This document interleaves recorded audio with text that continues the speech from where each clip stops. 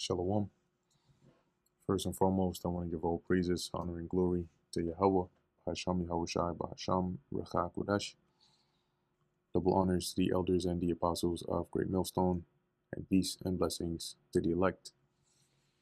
And today we're going to go into the book of First Chronicles, the 21st chapter. And Satan stood up against Israel and provoked David to number Israel. And this also goes to show you that the Most High is in control, right? Because when you read this in 2 Samuel 1 and or 2 Samuel 24:1, it's the same account, but it's worded as, and again, the anger of the Lord Yahweh was kindled against Israel, and he moved David against them to say, go number Israel and Judah, right? But here it says, Satan stood up and provoked David. So how do you reconcile that? Because in 2 Samuel, when the Lord moved David, he basically gave the order to Satan to go into the mind of David, to tempt him, right? To put that thought into his head to do that. Okay. And that's why I mentioned Satan basically doing this here, but then it also mentions the Most High because he's the orchestrator and Satan was just carrying out the will of the Lord here. And David said to Joab and to the rulers of the people, go number Israel from Beersheba even to Dan, and bring the number of them to me that I may know it. And Joab answered, and we went through already why this led to a plague that the Lord brought, because in the book of, I believe Exodus, if I'm not mistaken, the Lord said when Moses was to number the people, that they were all to give a, I believe it was a shekel or some amount offered for every man their souls, lest there be a plague. And here that clearly that wasn't done. And during the time of Moses, it was for a specific reason, right? But here it was just for David's inquiry, or just for him to know, which the Lord is not down with that. And Joab answered, the Lord Yahweh make this people 100 times so many more as they be. So, the Lord, may the Lord increase this people 100-fold more than they already are now. But my Lord the king, are they not all my Lord's servants? So, as he says, why doth my Lord require this thing? So why does it matter? They're all under you. So does it matter if it's 5,000 or 10,000, 7,000 or 8,000? Why would he be a cause of trespass to Israel? So even Joab knew that what David was asking for here was going to bring trouble. Nevertheless, the king's word prevailed against Joab because he was a king, so he had the final say. Wherefore Joab departed and went throughout all Israel and came to Jerusalem. So he went throughout counting like a census. And Joab gave the sum of the number of the people unto David. And all they of Israel were 1,000,000 and 100,000 men that drew sword. And Judah was 400, threescore, that's 460, and 10 men, so 470 men that drew sword. Now let's look at this here in the NKJV, and in really other translations. The 1,000,000 is a million, right? As it says here, all Israel had 1,100,000 men who drew the sword, and Judah had 420,000 men who drew the sword. And let me see something here.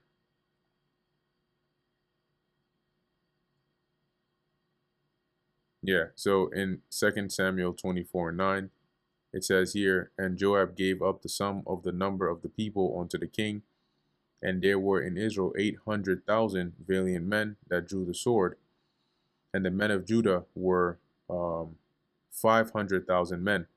Now this may sound like a difference, right? I guess like a contradiction or whatnot. But if you actually look at it, from the math that just came to my head right now, It says here all they of Israel were 1,000,000 and 100, right? So that's 1,100,000. And here, if you do the math with 8,000 or 800,000, right, plus 500,000. Oh well, let's see how much that is actually. 800,000 plus 500,000. Okay, so that's a hundred. Shit. 1,300,000. Now let's see what we had here. So here we had 1,104, and Judah was 403 score and 10,000 men. That's what 470,000. 130. Yeah, so that would pass that. So I guess there are different numbers there in that case. But such is the case with when it comes to chronology, especially with like numbers and describing of it down. Because originally I thought that these were just, worded differently but added up to the same. But it is entirely possible that there's a mismatch between the numbers here. But keeping in mind that when you go into the ancient world, for example, during the job of a scribe would be you had the recorders that would record information, right, events and so on. But you had scribes whose job would be to preserve text, right, and records. And they would do that. They were like a printing press to a degree, meaning they would be the ones to rewrite the information from old scrolls onto newer scrolls so that the information is preserved from generation to generation, because the parchment or the papers that the original text was on would start to get old and then fragile. And so in that process of rewriting, I was going to say transcribing, but rewriting it, you do have room for error, especially when you're dealing with numbers. Okay, and then in addition to that, you also have the time of translation. Okay, which from when you're going from one language to another, you're looking at certain Hebrew words. It is easy to mix one or two in here. So that's why sometimes you may see numbers that are different, like in a case like this, in Chronicles versus say Samuel or some other book. But that's not the end of the world, right? Whether it's 130, 1,300,000 here, or 1,500,000 or whatnot, that's once again, that's not the end of the world, right? But coming back to First Chronicles, the point here being that David ended up numbering Israel. It says here, but Levi and Benjamin counted he not among them, for the king's word was abominable to Joab. So Joab didn't count Benjamites and Levites because he wasn't in agreement with this order that David gave him. So probably when he got there, he was like, man, you know what, just leave them out. And God was displeased with this thing, therefore he smote Israel with the plague that he did. But that was because when you read in the beginning, he saw an occasion to do this. More than likely because Israel were doing things that were displeasing to him in the first place. And David said unto God, I have sinned greatly, because I have done this thing. But now I beseech thee, do away the iniquity of thy servant. So put away this iniquity, for I have done very foolishly. And the Lord Yahweh spake unto Gad, David's seer, saying, go and tell David, saying, thus saith the Lord Yahweh, I offer thee 3 things. Choose thee one of them, that I may do it unto thee. So your punishment is going to be one out of these 3. I'll let you pick, and that's the one that I'm going to do.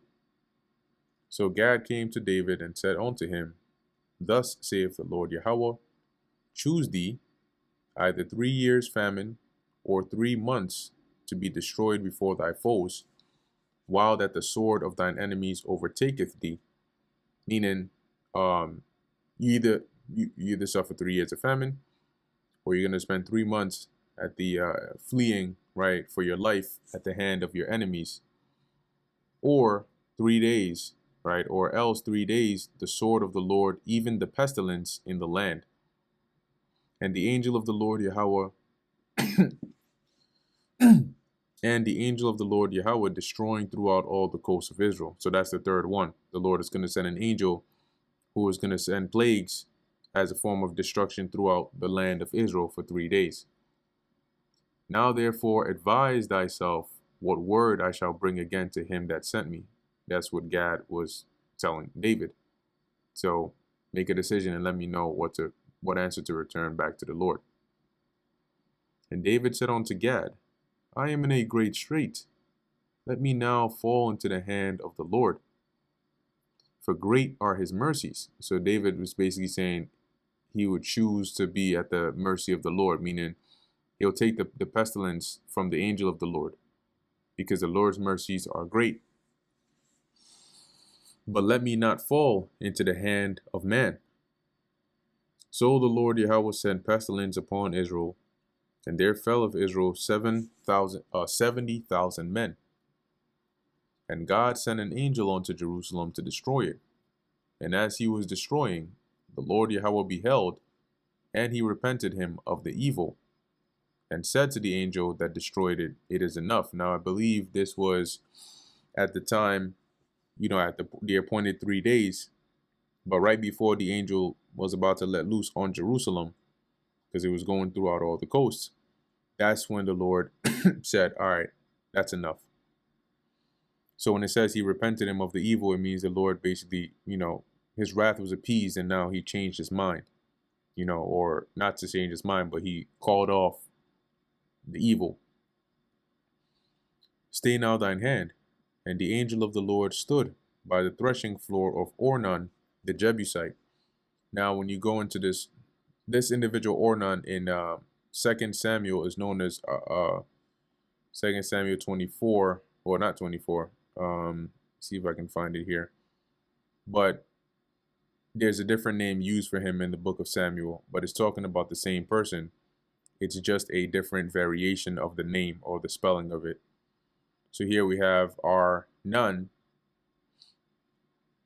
right? A Jebusite who sold to David a threshing floor for an altar.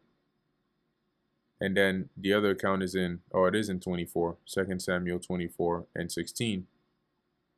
And when the angel stretched out his hand upon Jerusalem to destroy it, the Lord Yahweh repented him of the evil, and said to the angel that destroyed the people, it is enough, stay now thine hand. And the angel of the Lord was by the threshing place of Araunah the Jebusite. And that name, when you click on it here, just for clarity's sake, so you don't end up getting confused thinking it's two different people. So this here, Arawana, all by orthographical variation, right? So this is a variation of, in terms of the spelling of this name, of this word right here, which is what? Arnun, right? The same word we're seeing here in First Chronicles. Okay, Arnun, same word, Arnun. So it's talking about the same person, just to give that clarity there. When you see in 2 Samuel 24 and 1 Chronicles 21.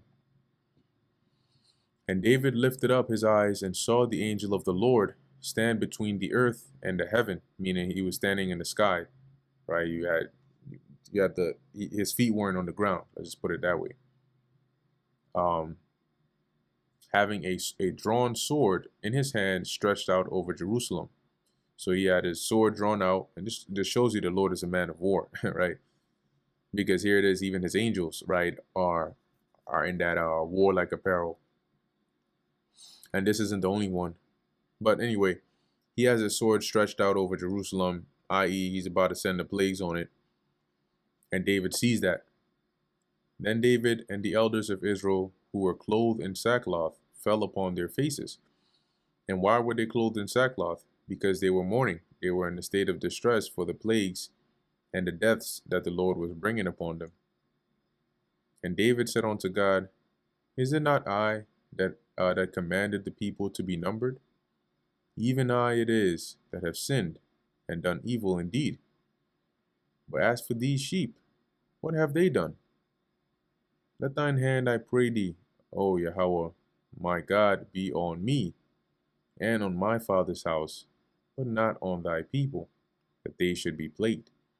So David basically was taking ownership or showing integrity here to say, Lord, if anything, punish me and my house and have mercy on Israel, because this sin was of me and not them, without him failing to realize that really it was about them, because that's why the Lord sought an occasion. Then the angel of the Lord commanded Gad to say to David that David should go up and set up an altar unto the Lord in the threshing floor of Ornan the Jebusite. And David went up at the saying of Gad, which he spake in the name of the Lord Yahweh. And Ornan turned back and saw the angel, and his 4 sons with him hid themselves. So they physically saw the angel with his sword drawn and everything, and they were afraid, and his sons, at least they went and hid. Now Ornan was threshing wheat, because it was on his threshing floor. So as he's threshing the wheat, his kids are probably there, or his sons are there, and they turn around and they see this angel. And they're like, oh, Lord, have mercy. And David came to Ornan, and Ornan looked and saw David, and went out of the threshing floor, and bowed himself to David with his face to the ground. Then David said to Ornan, Grant me the place of this threshing floor, that I may build an altar therein unto the Lord Yahweh. Thou shalt grant it me for the full price, that the plague may be stayed from the people. So sell me this threshing floor at full price, so I can build an altar here and sacrifice to the Lord, and he can have mercy and put an end to this plague. And Ornan said unto David, Take it to thee, and let my lord the king do that which is good in his eyes. Lo, I have given thee the oxen also for burnt offerings, and the threshing instruments for wood, and the wheat of the meat offering, I give it all. So Ornan is saying, look, you can have it. You don't got to worry about paying. You can take the threshing floor. I'll even give you some oxen you can sacrifice, and the instruments like the sledge and so on that I use for the threshing. You can use that for wood, for fire. And King David said to Ornan, Nay, but I will verily buy it for full price. For I will not take that which is thine for the Lord, nor offer burnt offerings without cost. So he's saying, no, I'm going to offer an offering to the Lord. It's going to be at my expense. So David gave to Ornan for the place 600 shekels of gold by weight. And David built there an altar unto the Lord Yahweh, and offered burnt offerings and peace offerings, and called upon the Lord Yahweh, and he answered him from heaven by fire upon the altar of burnt offering. So when David offered the offerings, and he called upon the Lord, the response the Lord gave was that fire, sort of like what happened with Elijah, with him and the prophets of Baal. And the Lord Yahweh commanded the angel, and he put up his sword again into the sheath thereof. At that time, when David saw that the Lord Yahweh had answered him in the threshing floor of Ornan the Jebusite, then he sacrificed there. For the tabernacle of the Lord Yahweh, which Moses made in the wilderness, and the altar of the burnt offering were at that season in the high place at Gibeon. So because it was over there, he sacrificed here. But David could not go before it to inquire of God, because he was afraid, because of the sword of the angel of the Lord. So because of what he saw and that fear, he feared especially having committed this sin, to go before that ark. It's like when you're, you do something and your parents are mad at you and they like scold you or something, and you're afraid to even talk for the next, God knows how long, because you want the energy to die down a bit. You don't want to go and get cooked because of the remnants of that anger. And that brings us to the end of First Chronicles, the 21st chapter. Lord willing, that was edifying to the elect. In closing, I want to give all praises, honor, and glory to Yahweh, Bahasham Yahweh Shai, Bahasham, Recha Kodesh. And until next time, Shalom.